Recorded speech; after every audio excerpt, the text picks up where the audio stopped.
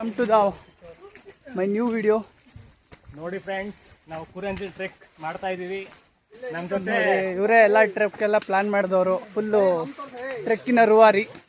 ನಮ್ಮ ಟ್ರೆಕ್ಕಿನ ಕ್ಯಾಶಿಯರ್ ಚಾರಣ ನಮ್ಮ ಕ್ಯಾಶಿಯರ್ ಅವರು ಇವರು ಫೈನಾನ್ಷಿಯಲಿ ಸಪೋರ್ಟ್ ಮಾಡಿರ್ಲಿಲ್ಲ ಅಂತಿದ್ರೆ ಇದೇ ಆಗ್ತಿರ್ಲಿಲ್ಲ.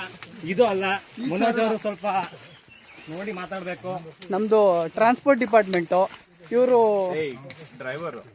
ನಿಮ್ಮ ಅಜ್ಜಿ ಅಲ್ಲಿ ಬರ್ತಾ ಇರೋ ಒಬ್ರು ಕಾಡಿನ ರಾಜ.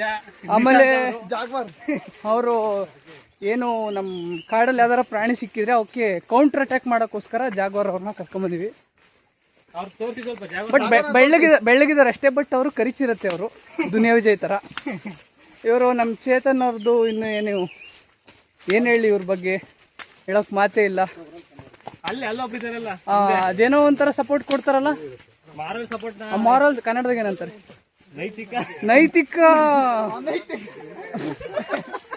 ನೈತಿಕ ಸಪೋರ್ಟ್ನ ಕೊಟ್ಟಿದ್ದಾರೆ.